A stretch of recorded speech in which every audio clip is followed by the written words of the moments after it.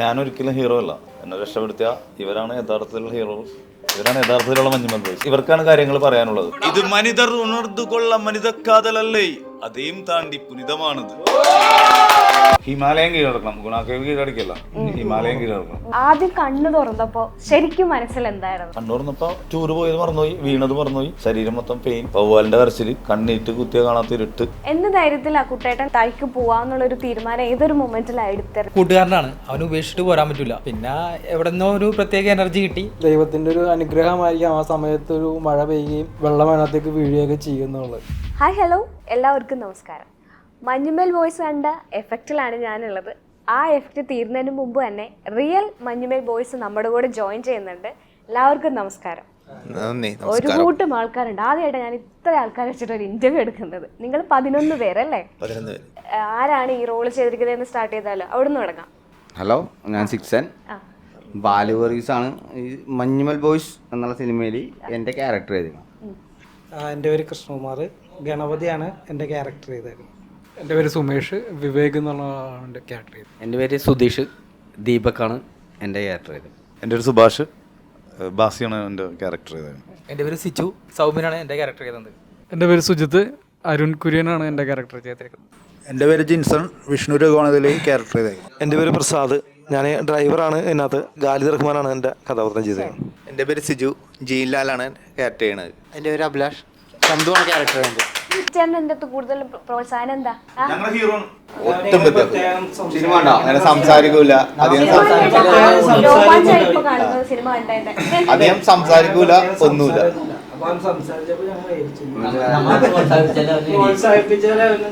ഒരു ഫീൽ ചെയ്യിപ്പിക്കുന്ന 2 ക്യാരക്ടേഴ്സാണ് കുട്ടേട്ടനും സുഭാഷുമാണ് നമ്മുടെ മനസ്സിൽ ഇപ്പോൾ ഹീറോസ് ആയിട്ട് നിൽക്കുന്നത്. എങ്ങനെ ഉണ്ടായിരുന്നു ആ ഒരു എക്സ്പീരിയൻസും കാര്യങ്ങളൊക്കെ? ഞാനൊരിക്കലും ഹീറോ അല്ല. ഞാൻ ഒരു അച്ചീവ്മെന്റും ചെയ്തിട്ടില്ല. എൻ്റെ അകത്ത് വീണുപോയി. എന്നെ രക്ഷപ്പെടുത്തിയ ഇവരാണ് യഥാർത്ഥത്തിലുള്ള ഹീറോ. ഇവരാണ് യഥാർത്ഥത്തിലുള്ള മഞ്ഞുമൽ ബോയ്സ്. ഇവർക്കാണ് കാര്യങ്ങൾ പറയാനുള്ളത്. ഇവരാണ് ഓടിയിരുന്ന എല്ലാ കാര്യങ്ങളും ചെയ്തത്. എനിക്കറിയാനായിട്ടുള്ളൊരു ഏറ്റവും വലിയ ആഗ്രഹം എന്ന് പറഞ്ഞാൽ, താഴെ വീണു പോയിട്ട് ആദ്യം കണ്ണു തുറന്നപ്പോ ശരിക്കും മനസ്സിൽ എന്തായിരുന്നു?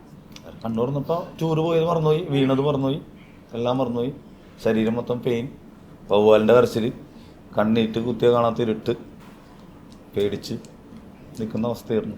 എന്ത് ധൈര്യത്തിൽ ആ കുട്ടേട്ടൻ അതിലേക്ക് തായ്ക്ക് പോവാന്നുള്ളൊരു തീരുമാനം ഏതൊരു മൊമെന്റിലാണ് എടുത്ത റിയൽ ലൈഫിൽ?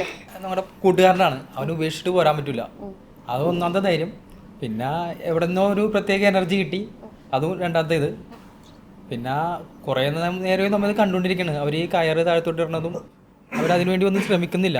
കാരണം അതിനുവേണ്ടി വെയിറ്റ് ചെയ്യുന്ന നമുക്ക് സുഭാഷനെ കിട്ടില്ല എന്നുള്ളൊരു ബോധ്യം വന്നുകൊണ്ടാണ് അതിലൂടെ തയ്യാറായത്.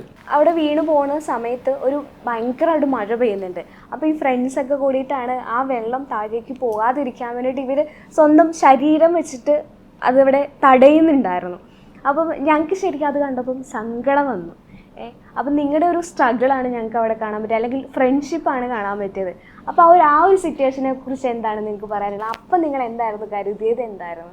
വെള്ളത്തെ തടയാൻ പറ്റൂല ഞങ്ങൾക്ക് തടയാൻ പറ്റുന്ന മാക്സിമം തന്നെ അതിൻ്റെ ഈ മേളിൽ നിന്ന് തന്നെ കംപ്ലീറ്റ് കല്ലുകളെല്ലാം തന്നെ വീണത് ഈ കുഴിയിലോട്ടാണ്. ഞങ്ങൾ അതിനകത്ത് വട്ടം കിടന്ന് ഞങ്ങൾ ഇതിൻ്റെ ഉള്ളിലോട്ട് വേറെ കല്ലുകളോ മരക്കൊമ്പുകളോ വീഴാതിരിക്കാൻ വേണ്ടിയിട്ടാണ് ഞങ്ങൾ അതിൻ്റെ വട്ടം കിടന്നത്. പക്ഷെ ആ സമയത്ത് വെള്ളം വീഴുന്നത് ശരിക്കും പറഞ്ഞു കഴിഞ്ഞാൽ ഒരു ദൈവാനുഗ്രഹമാണ്. കാരണം അത്രയും താഴത്തേക്ക് ഈ മഴ പെയ്ത് വെള്ളത്തുള്ളികൾ ചെല്ലുമ്പോഴാണ് ശരിക്കും അവിടെ ഓക്സിജൻ ഉണ്ടാവുന്നത്. അല്ലെങ്കിൽ അത്രയും ഡെപ്തിൽ സാധാരണ ഓക്സിജൻ ഉണ്ടാവില്ല. പക്ഷെ ആ സമയത്ത് നമുക്ക് അതൊന്നും അറിയില്ല. നമ്മളുടെ വിചാരം വീഴുന്നതോ അല്ലെങ്കിൽ കല്ല് വീഴുന്നതോ ഒക്കെ തടയുക എന്നുള്ള ഉദ്ദേശത്തോടെയാണ്. പക്ഷെ അതൊരു മഴ പെയ്യുന്നതും വെള്ളം വീഴുന്നതും ശരിക്കും പറഞ്ഞു കഴിഞ്ഞാൽ ദൈവത്തിൻ്റെ ഒരു അനുഗ്രഹം തന്നെയാണ് ആ സമയത്ത്. നിങ്ങൾ ശരിക്കും ടൂറൊക്കെ പോകാൻ ആഗ്രഹിക്കുന്ന ആൾക്കാരാണെന്ന് നമുക്ക് ഇതൊന്ന് കാണാൻ പറ്റുമായിരുന്നു. ഈ ഇൻസിഡന്റിന് ശേഷം ആള് റിക്കവർ ആയതിനു ശേഷം ഏതെങ്കിലും ടൂർ പ്ലാൻ ചെയ്യുമോ, എന്തെങ്കിലും ചെയ്തിട്ടുണ്ടോ? അപ്പൊന്നും ചെയ്തില്ല. കുറെ നാളെത്തി പിന്നെ ഒരുപാട് സ്ഥലത്ത് പിന്നെയും ടൂർ പോയിട്ടുണ്ട്. കൊടൈക്കനാൽ തന്നെ പോയിട്ടുണ്ട്. പിന്നെ ഈ അടുത്ത് ഇവരുടെ ഷൂട്ടിങ്ങിന് ഞങ്ങൾ കൊടൈക്കനാൽ വിളിച്ചിട്ടുണ്ടായി, അന്ന് പോയിട്ടുണ്ടായി. മൂന്നാറ് ഇടക്ക് പോകും. ഒരു വർഷത്തിൽ ഒരു 3 പ്രാവശ്യം 4 പ്രാവശ്യം പോകും. ഇപ്പോഴും ടൂർ പ്ലാൻ ചെയ്യലൊന്നും കുറവില്ല. കുറവൊന്നുമില്ല. ഈ ഒരു 2 മാസത്തിന് മുമ്പ് വൈസംവാലി പോയാ. ഈ സിനിമ ഒരു റിയൽ സിനിമ, അത് റീക്രിയേറ്റ് ചെയ്തിട്ട് സ്ക്രീനിൽ കാണുമ്പോൾ എന്തെങ്കിലുമൊക്കെ വ്യത്യാസം ഉണ്ടാവും. അല്ലെങ്കിൽ നമ്മൾ എക്സ്പീരിയൻസ് ചെയ്തതിൽ ചിലപ്പോൾ കൂടുതലായിരിക്കും, ചിലപ്പോൾ കുറവായിരിക്കും. ഈ സിനിമ റിയലായിട്ട് ഫേസ് ചെയ്ത് നിങ്ങൾ സ്ക്രീനിൽ കണ്ടപ്പം എന്താണ് അനുഭവപ്പെട്ടത്? നമുക്ക് സിനിമയായിട്ടല്ലാതെ നമ്മൾക്ക് കാണാൻ പറ്റിയത് ആ സെയിം ഇൻസിഡൻ്റ് ആയിട്ട് തന്നെയാണ് കാണാൻ പറ്റിയത്. അതിൽ ഇപ്പോൾ നേരത്തെ പറഞ്ഞ പോലെ കൂടുതലും ഇല്ല കുറവുമില്ല, ആ ഒരു രീതിയിലാണ് അവർ എടുത്തേക്കുന്നത്. പെർഫെക്റ്റ് ആയിട്ട് തന്നെ അത് ചെയ്തിട്ടുണ്ട്. നിങ്ങളുടെ ക്യാരക്ടേഴ്സ് ഓരോരുത്തരും ഇന്ന വ്യക്തിയാണ് അവതരിപ്പിക്കാൻ പോകുന്നത് എന്നുള്ള കാര്യം നിങ്ങൾക്ക് ഓൾറെഡി അറിയാമായിരുന്നു. അപ്പം ശരിക്കും അവര് ചെയ്യുമ്പോൾ ഞാൻ അനുഭവിച്ച ഫീൽ അവർക്ക് കിട്ടുമെന്നുള്ള ഒരു തോന്നൽ എപ്പോഴും ഉണ്ടായിട്ടില്ല. ഈ സിനിമയുടെ തുടക്കം മുതൽ ഏകദേശം ഒരു 2.5-3 വർഷമായിട്ട് ഈ ഫുൾ ടീം നമ്മളോട് ഉണ്ടായിരുന്നല്ലോ. നമ്മുടെ ബിഹേവിയർ അവര് നമ്മളെ നോക്കി പഠിക്കണായിരുന്നില്ലേ, നമ്മളെ നോക്കി പഠിച്ചിട്ടാണ് ചെയ്തേക്കണേ.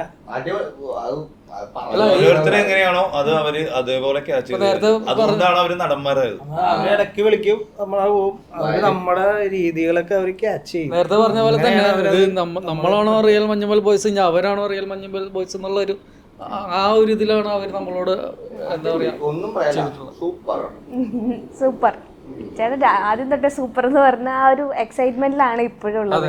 എന്റെ ഒരു കഥാപാത്രം ബാലു ഇതില് എനിക്ക് ഭയങ്കര അതില് പുള്ളിയില് ഒരു തെറ്റ് എനിക്ക് കാണിക്കാൻ പറ്റില്ല. അത് ബാലു ചെയ്ത പോലെ തന്നെ 6 and ലൗഡാണ് ശരിക്കും.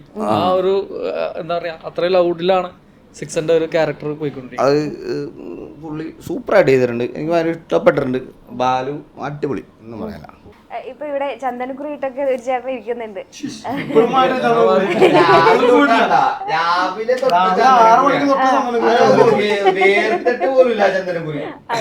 അത്രയും സിനിമയിൽ ഭയങ്കര വൃത്തിയൊക്കെ ഉള്ള ഒരു മനുഷ്യനായിട്ടാണ്.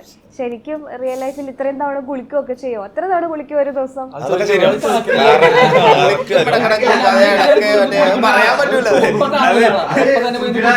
സ്മോൾ അടിക്കണ പോലെ ഇരിക്കും. 4 പേക്ക് അടിച്ചു കഴിഞ്ഞാൽ അപ്പ കുളിക്കും, പിന്നെ 4 പേക്ക് അടിച്ചു കഴിഞ്ഞാൽ അപ്പ കുളിക്കും, പിന്നെ 4 പേര് അടിക്കും. പക്ഷെ കൂട്ടത്തിൽ മാന്യനായിരിക്കും.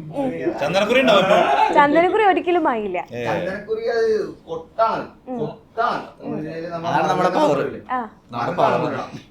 ശരിക്കും അത് മായില്ല. സാധാരണ കുളിച്ച് റെഡിയായി മുടിയിൽ പൗഡർ ഇട്ട് അതുപോലെ പുള്ളി കുളിച്ച് റെഡിയായി ചെറുപ്പം വരെയുള്ള ശീലമാണ് അത് പോണെങ്കിൽ ഇനി നാളെ നിങ്ങൾ രണ്ടുപേരുമാണ് യഥാർത്ഥത്തിൽ ചേട്ടനും അനിയനും. സിനിമയിലും അങ്ങനെ കാണിക്കുന്നുണ്ട്. ഇടയ്ക്ക് ഈ അനിയന്റെ കുരുത്തക്കേട് സഖി ഇട്ടിട്ട് ഇവനെ വിട്ടേക്കും, ഞാൻ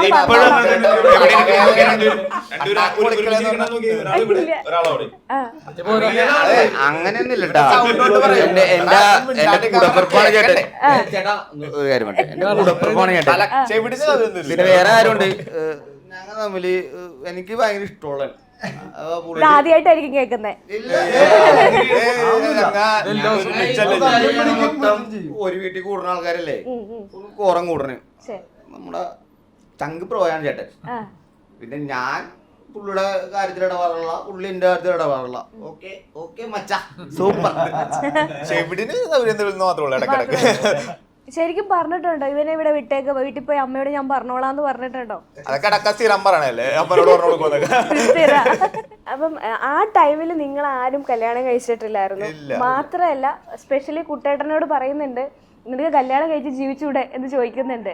അപ്പൊ റിയൽ ലൈഫില് കുട്ടേട്ടൻ കല്യാണം കഴിച്ചോ? ഇപ്പൊ കല്യാണം കഴിച്ചു. എനിക്ക് 2 പിള്ളേരുണ്ട്.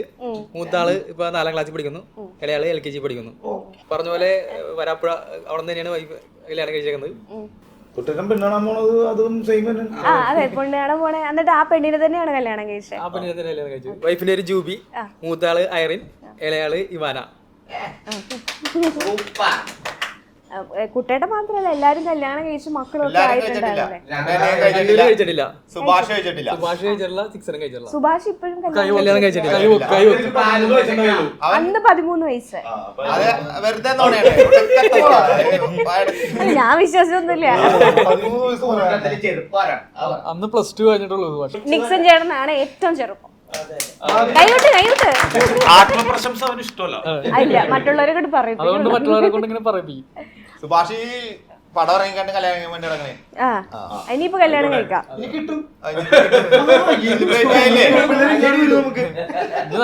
ശരിക്കും എന്തുകൊണ്ടാണ് ഇത്രയും ഡിലേ ആയത്? ആ ഒരു ഇൻസിഡന്റ് കൊണ്ടാണോ അതോ സ്വയം തീരുമാനിച്ചോ അങ്ങനെ വേണ്ട? കയ്യിലിരിപ്പുണ്ട്. അവൻ വെറുതെ പറഞ്ഞേ, അവൻ നല്ല സ്വഭാവമാണ്, നമ്മുടെ ചങ്ക് പോയാൻ അവന് പെണ്ണ് കിട്ടിയില്ല. അതിപ്പോ അതാണ് അതിന്റെ കാര്യം. അല്ലാതെ അവൻ നോക്കിയിട്ടില്ല. അവൻ പെണ്ണ് കാണാനായിട്ട് അവന് ഇൻട്രസ്റ്റ് ഇല്ല. മെയിനായിട്ട് എല്ലാരും പറഞ്ഞ ഞാൻ വേറെ കൂട്ടായിട്ട് നടക്കണേ, വേറെ മൂടാണ് മച്ചനെ. വേറെ വൈബാണ്. നമുക്ക് ഹിമാലയൊക്കെ കയറി ശരിക്കും നിങ്ങളുടെ ഒരു ആഗ്രഹം റിയൽ ലൈഫിൽ ഇനിയുള്ള ആഗ്രഹം എന്തായിരിക്കും? സിനിമ ഇറങ്ങാന്നുള്ള നിങ്ങളുടെ ആഗ്രഹമാണെന്ന് നിങ്ങളിൽ നിന്ന് മനസ്സിലാക്കാൻ പറ്റും. റിയൽ ലൈഫിൽ നിങ്ങളുടെ ഇനി ഉള്ള ആഗ്രഹം എന്തായിരിക്കും? ഹിമാലയം കീഴടക്കണം. ഗുണാക്കേവ് കീഴടക്കില്ല, ഹിമാലയം കീഴടക്കണം. ഇതുപോലെ തന്നെ ഫ്രണ്ട്ഷിപ്പ് ആയിട്ട് ഇങ്ങനെ തന്നെ അങ്ങോട്ട് പൊള്ളിയായിട്ട് ഒന്നും പറയാനില്ല. ഞങ്ങൾ മഞ്ഞമ്മൽ എന്ന് പറഞ്ഞാൽ ഞങ്ങളുടെ അവിടെ ഒരു മഞ്ഞമ്മലിൽ നിന്ന് കുറച്ച് മാറി ഒരു 1/2 കിലോമീറ്റർ മാറി മാടപ്പാട്ടം എന്ന് പറഞ്ഞ സ്ഥലത്താണ് ഞങ്ങൾ മൊത്തം ആൾക്കാരുള്ളത്. കുറച്ചൊരു അവിടെ നിന്ന് മാറി 10-40 ഞങ്ങളൊരു ക്ലബൊക്കെ ഉണ്ട് അവിടെ ഇപ്പോഴും ഉണ്ട്. ക്ലബല്ല, ഞങ്ങളൊരു ഇത് സംഘടന. ഇപ്പോഴും എല്ലാവരും ചേട്ടന്മാരുണ്ട്, അനിയന്മാരുണ്ട്, എല്ലാവരും ഉണ്ട്. ഇപ്പോഴും ഞങ്ങൾ ടൂറു ഒന്നും പറയില്ല. ശരിക്കും ആ ക്ലബൊക്കെ ഉള്ളതാണോ നിങ്ങളുടെ? ആ സമയത്ത് ഉണ്ടായിരുന്നു. ഇപ്പൊ ഇല്ല അത്. ആദ്യം ഇപ്പൊ ഞങ്ങൾ സംഘടന ഉണ്ട്. ആദ്യം ദർശനം, ആദ്യം ദർശന, പിന്നെ ദർശന, അതിനിപ്പോ ദർശന കുറച്ച് ഷോർട്ട് ചെറുപ്പക്കാരായപ്പോ ഞങ്ങൾ യുവയിലോട്ട് മാറി. ഞങ്ങൾ ഒന്നുകൂടി ചെറുപ്പമായി യുവയിലോട്ട് മാറി. സിനിമാ മോഹം ഉണ്ടോ ആർക്കെങ്കിലും? ആർക്കും ഉണ്ടായിരുന്നില്ല. എനിക്കുണ്ട് ചെറുതായിട്ട്. ഇവനാ സിനിമയില് ചെറിയ റോളുണ്ടല്ലോ, ചെറിയ റോളുണ്ട്. ചന്തു ചവിട്ടണ ഉണ്ടാ, അത് ഇവനെയാണ്. ചെറിയ അത് കഴിഞ്ഞപ്പോ ചെറിയൊരു സിനിമ അവര് എടുത്തപ്പോ തന്നെ ഞാൻ പറഞ്ഞ അവരെടുത്ത് പറഞ്ഞു എനിക്കതിലൊരു ചെറിയൊരു സാധനം എന്നൊന്നും പറഞ്ഞു. നമ്മുടെ സിനിമയില് നമുക്ക് പറയാലോ, ഓപ്ഷൻ ഇടാലോ. പക്ഷെ സിനിമ എന്ന് പറഞ്ഞാൽ അത് അഭിനയം എന്ന് പറഞ്ഞൊരു വേറെ ഇതാണ്. അത് പെട്ടെന്ന് പറ്റണ കാര്യമല്ല.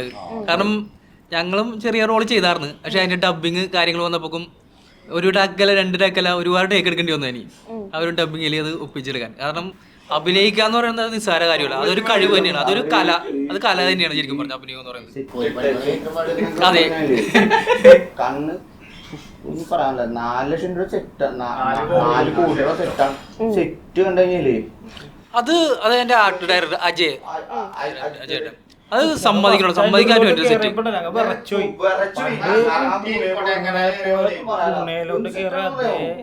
കാണണം, സെറ്റ് കൊണ്ട് കാണാം, ഒന്നും പറയാനില്ല.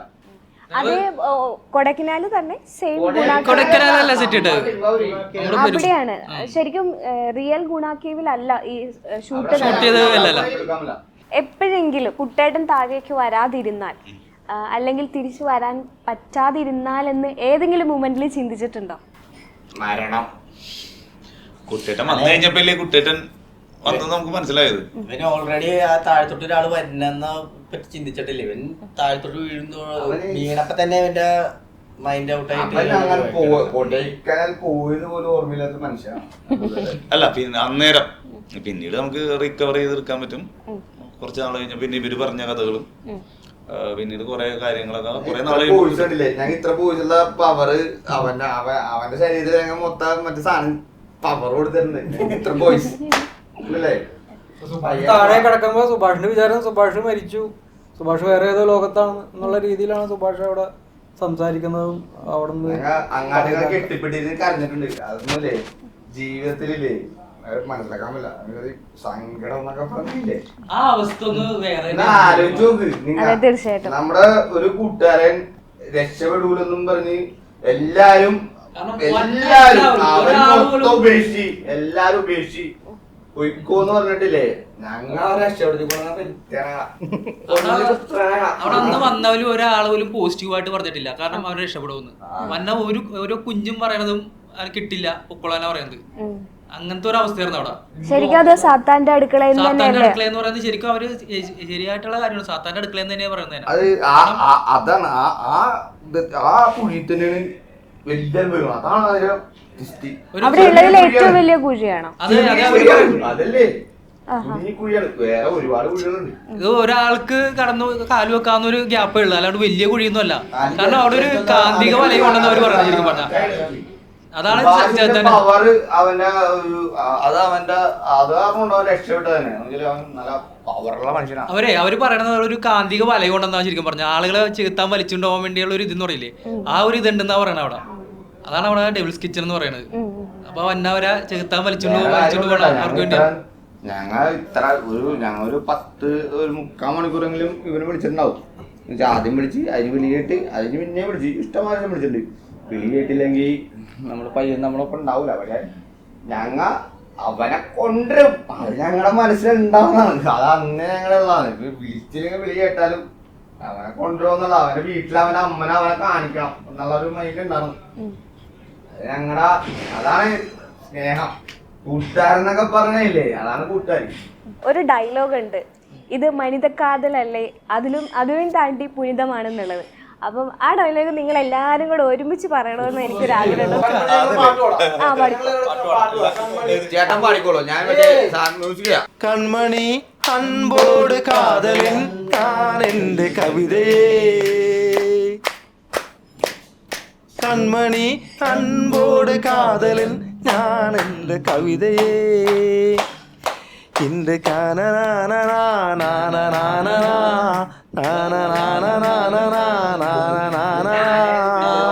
കൺമണി അൻപോട് കാതലിൻ ഞാൻ എൻ്റെ കവിതയേ.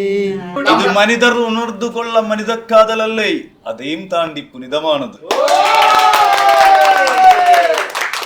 ഈ ഫ്രണ്ട്ഷിപ്പ് ഇതുപോലെ തന്നെ എന്നും നിലനിൽക്കട്ടെ. ഞങ്ങളുടെ എല്ലാവിധ ആശംസകളും. Thank you. Okay, thank you.